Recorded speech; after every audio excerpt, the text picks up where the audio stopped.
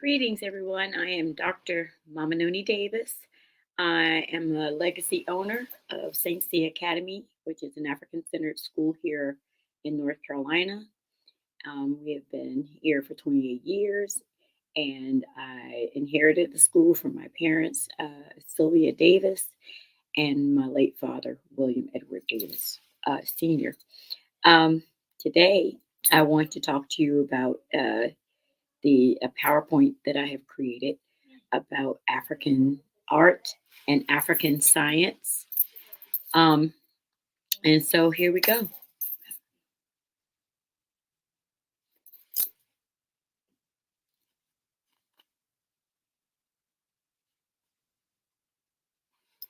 So we'll just wait for a moment to see if it can load up.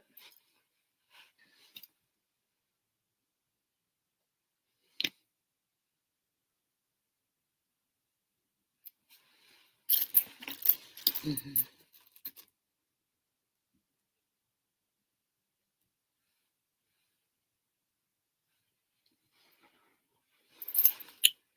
Okay, so the African science of sculptures. One of the things that most of us are may not know is or see or value is the science behind African art forms. Um, Most of us have we see the wood, we see the clay art, and we know about the beading, and we know about the what is it, fabrics, design, and all of that. But one of the things that I wanted to show was the science behind this. I've done um, experiments with tie dyeing and those sort of things. But today I wanted to talk about the Benin bronzes. The Benin bronzes are, as a coin phrase, from the British. The British went into Africa, and a lot of, most of us know the history of the Europeans, considering our history to be pagan, unscientific, unintelligent, and yet there were all of this evidence that proved otherwise.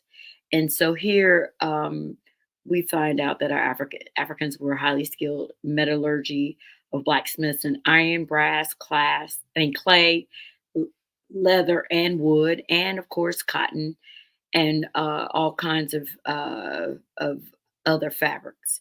And this artwork would be commissioned by the ruler, the Oba. These bronzes were the Oba was the ruler of the of Nigeria, or Benin. At that time, it was Benin was part of what we would call Nigeria today, and the Oba would commission these artifacts to be created in honor of the previous Oba, who was now an ancestor. And so these bronzes were created to honor and respect the previous ruler. And so these were sacred. So they weren't only just bronzes, but they were sacred artifacts that would be put in shrines that would honor these elders. Um, the earliest artifacts have been dated to as early as the 1200s, and the people who are responsible for these bronzes, or who created it and developed this technology, were the Edo people.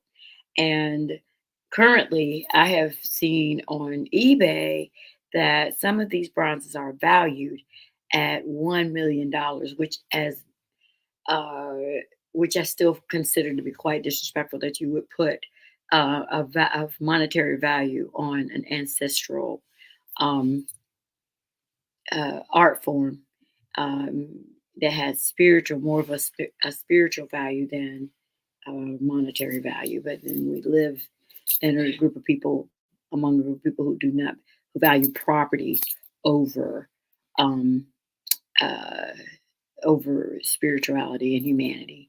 So the demand for the return of these bronzes currently, well, in the past there were about 3,000 bronzes that were taken or stolen by the British, and now the Nigeria, no, Britain has, believe, released about 1,100 of them or 1,200 of them. I can't remember.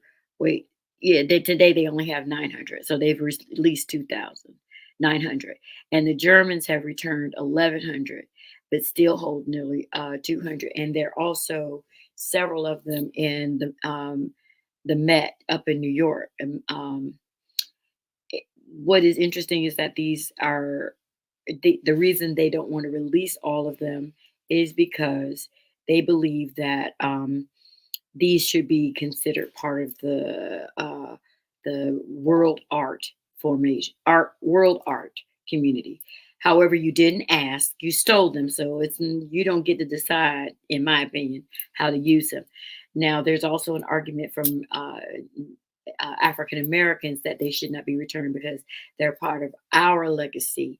Now, my argument with that is that if they had been made here in the States, I would say okay. But they were not made, that particular art form came as ironsmithing and metallurgy here, but we were that the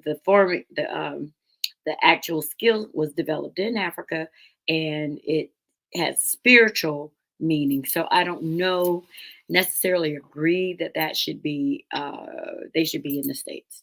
That's just my personal spin on it. But anyway, there is a process of which a lot of these have been forced to be returned, and then also Africans believe that this would be an end to colonialism to have all of these bronzes returned.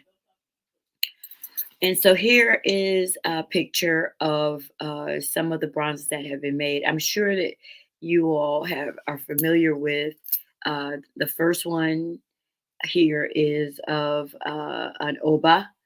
The second one is of Queen Idea. I can't remember if I'm saying her name correctly.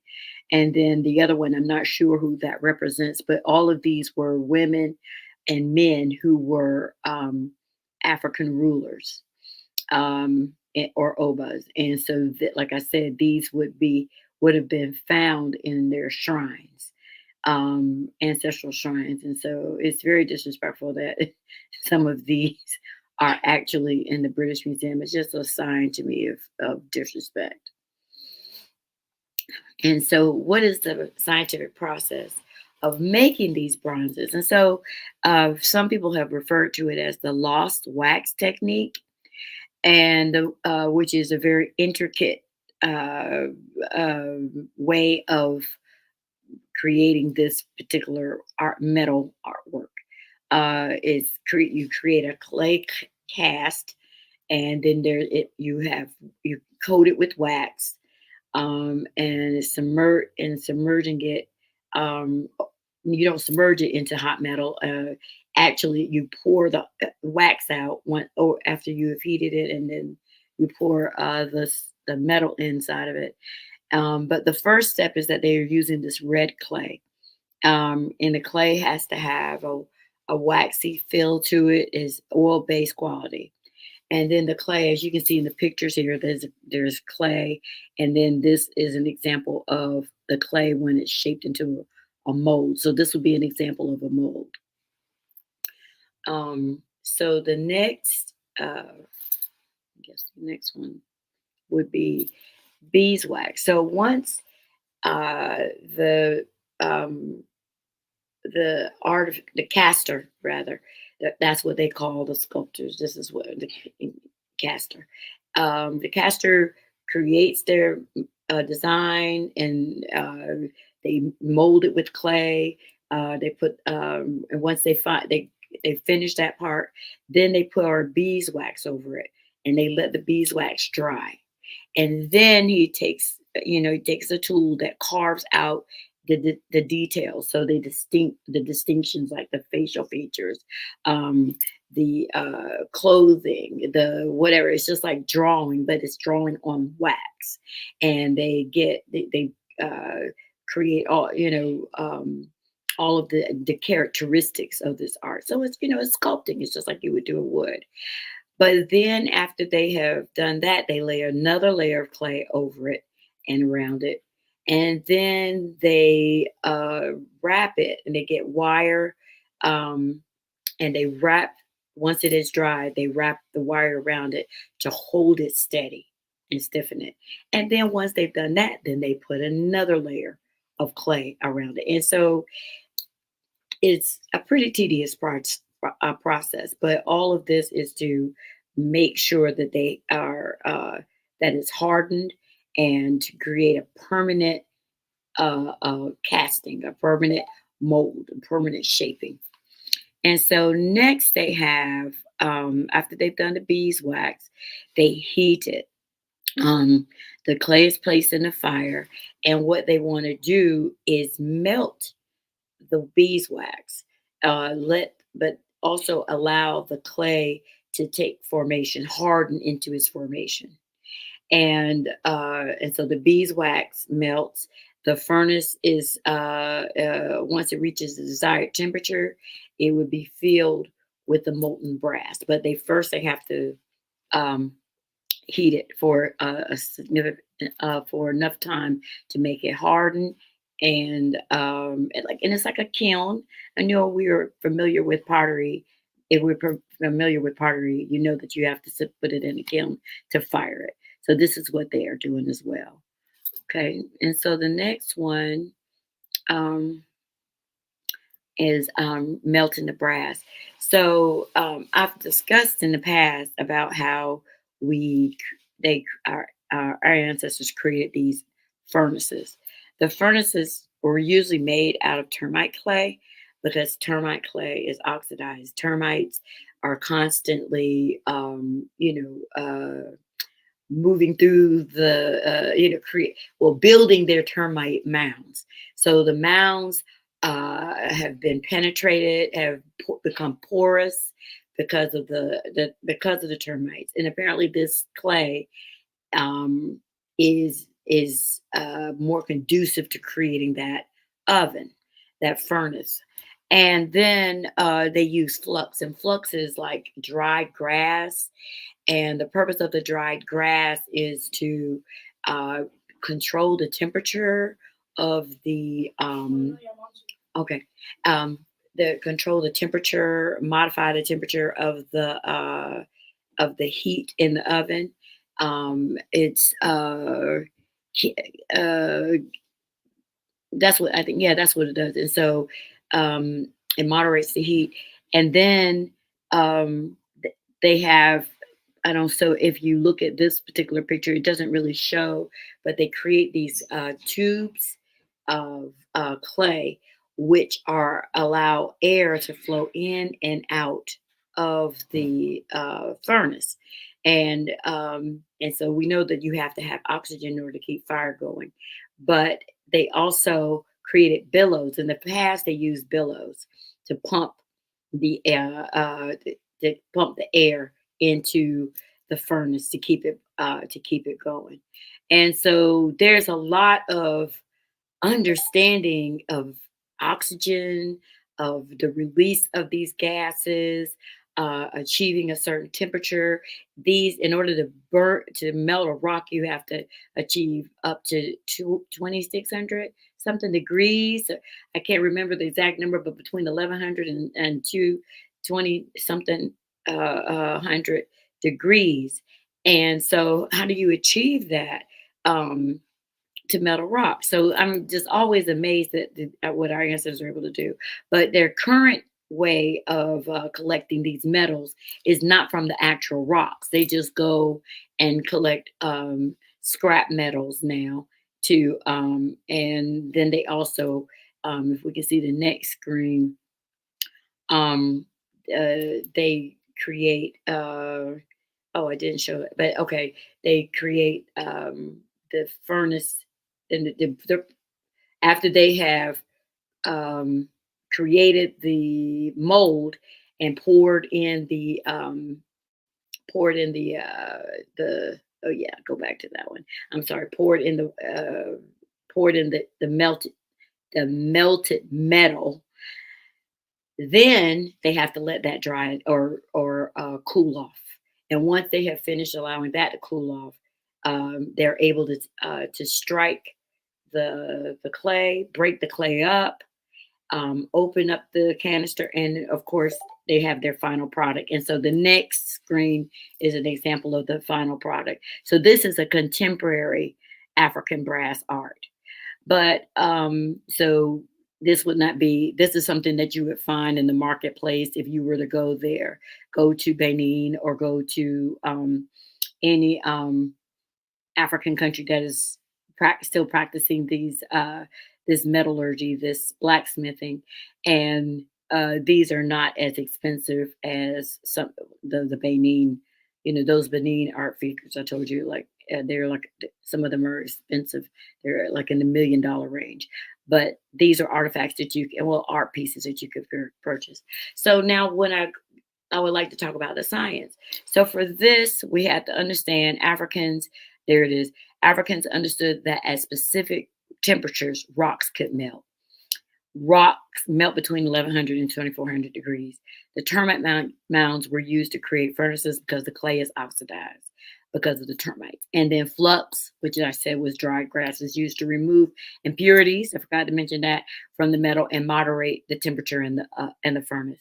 So Africans understood that matter can change and change shape and retain its properties. So we often hear of how a solid can turn into a gas, and or gas can turn into a liquid, and all of these things, and liquids turn into gases. And so we've learned about sublimation and all of those terms. Well, this is an example of how our African ancestors understood the concept of transitioning of matter from one stage to the other.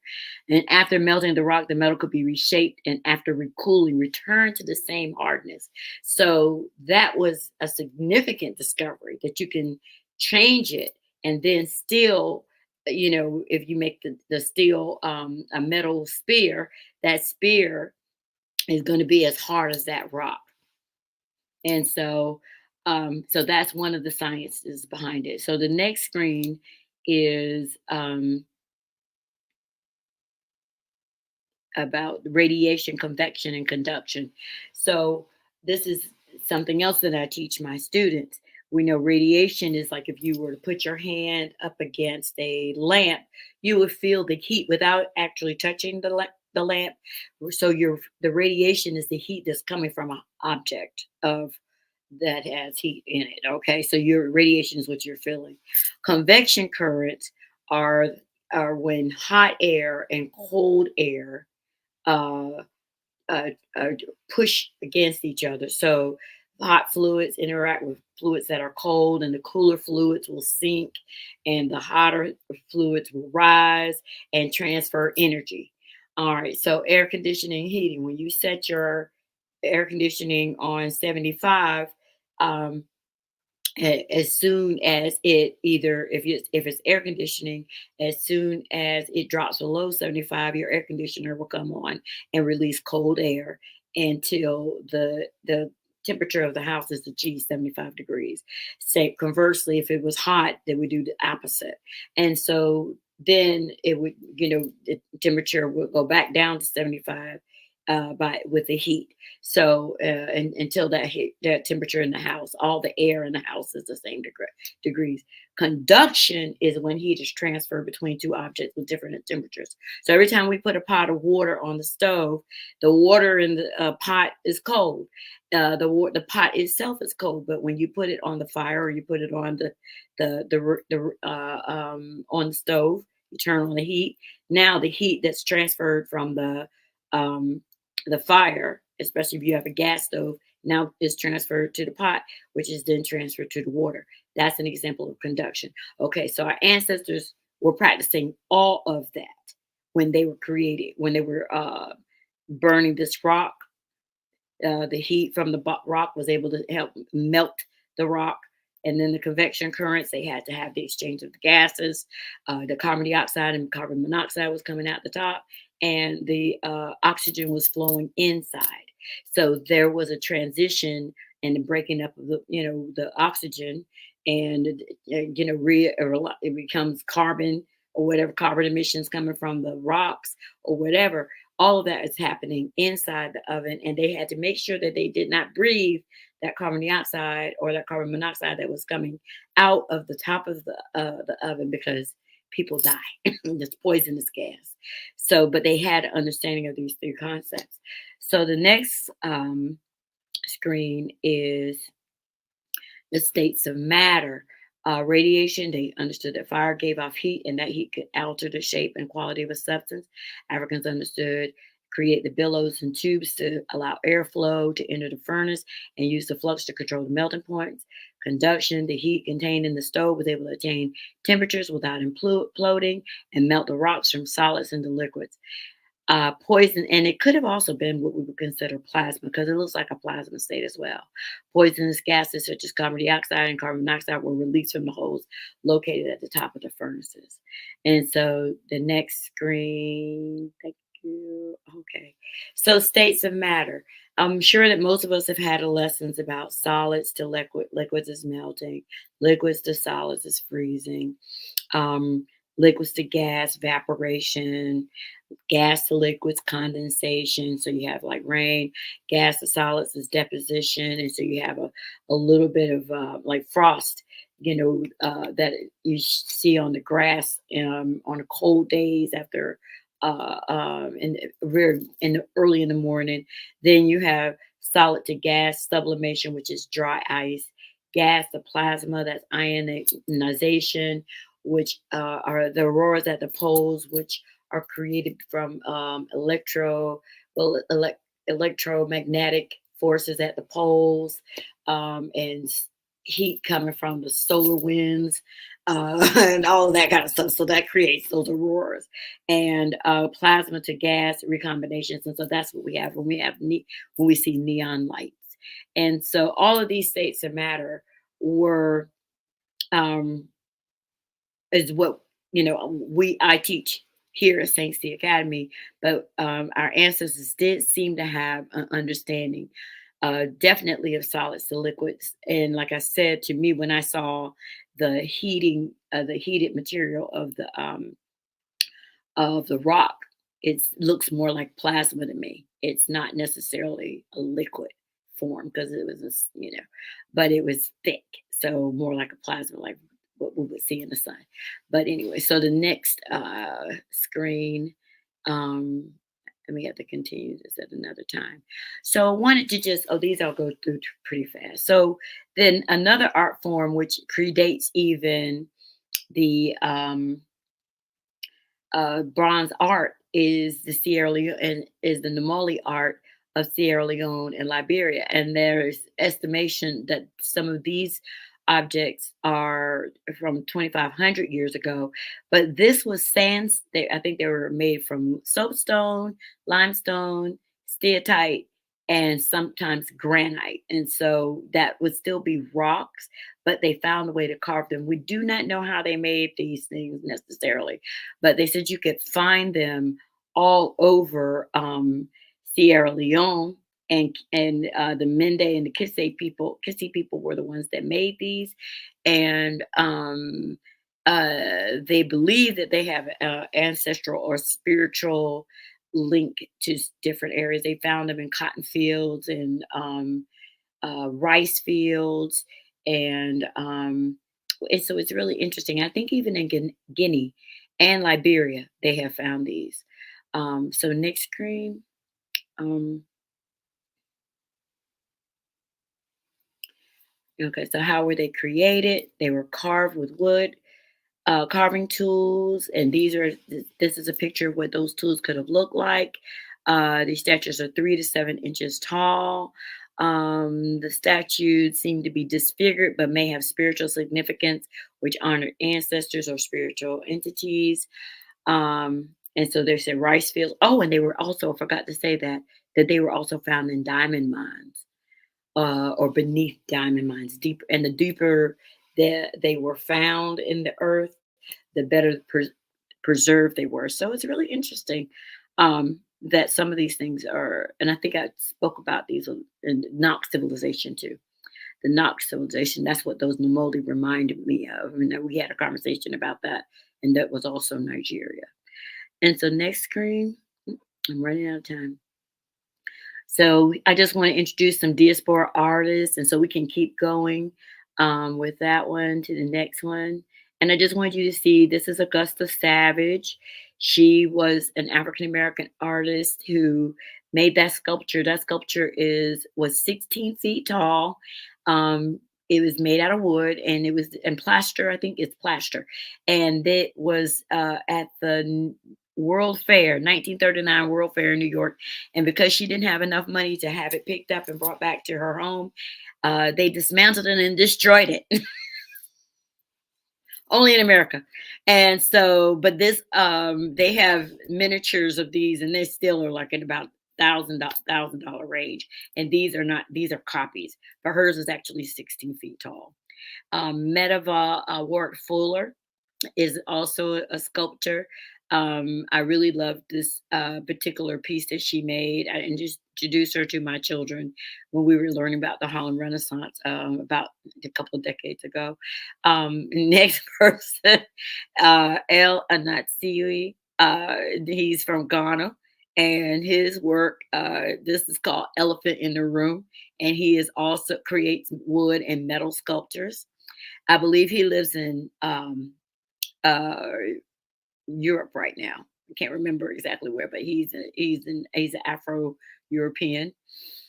And this is Susan Hefuna, and she's an Egyptian sculptor, and this is one of her pieces that she did. And so the next person, I believe, okay, Maria Magdalena Campos Pons was here in North Carolina, and her art was featured, and she's from Cuba. And her piece here is a Pan-American alchemy. And so I thought, hey, let's see what some diaspora people, what are some contemporary artists who are what they're doing here. Let's see. This is Christopher Cozier, and he's Trinidadian. And this is his particular art form. Looks like a bust with bread on it, but it's funny because I was like, okay, as far as the eye can see, that's the name of that. So that is a very interesting piece that would probably provoke a pretty good conversation. The next person here is Daniel Lind Ramos, and he's an African Puerto Rican painter and sculptor. And his piece here is called The Ensemble Conjunto, and it was made in 2015.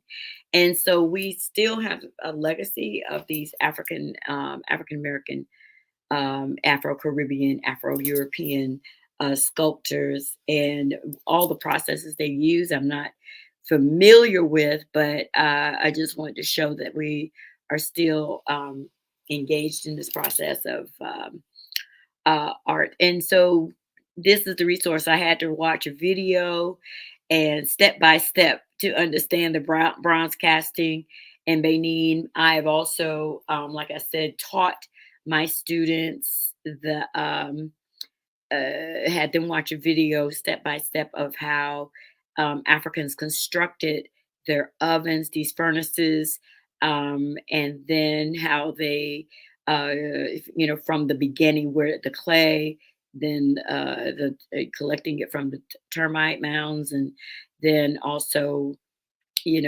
constructing the oven, and actually the whole process of iron smelting. And so it's very similar to what was presented here. But I hope you learned something about the science of African art forms. It's not something we just came up with. There was a lot of scientific processing in order to achieve that. And so thank you. Ashe. I'm a St. Sya student. Of course I walk into the sound of drums. I'm a St. Sya student. Of course I know my mother.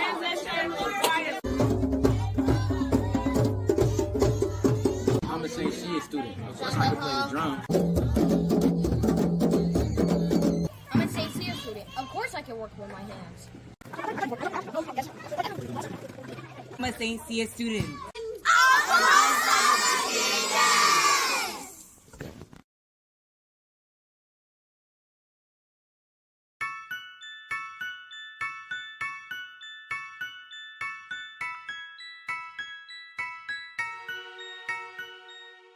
Are you a Black person currently in the technology industry or pursuing a career in tech?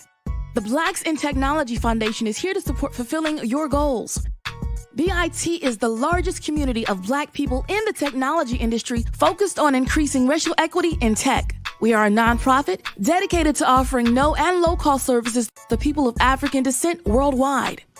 Our complimentary services include training and certification, scholarships and grants, various mentorship opportunities, career development and job-seeking services, professional networking, events and conferences, support for entrepreneurs, and much more. We are ready to help people across all technology disciplines, including those who are transitioning to the industry and those who work in technology companies but not in technical roles.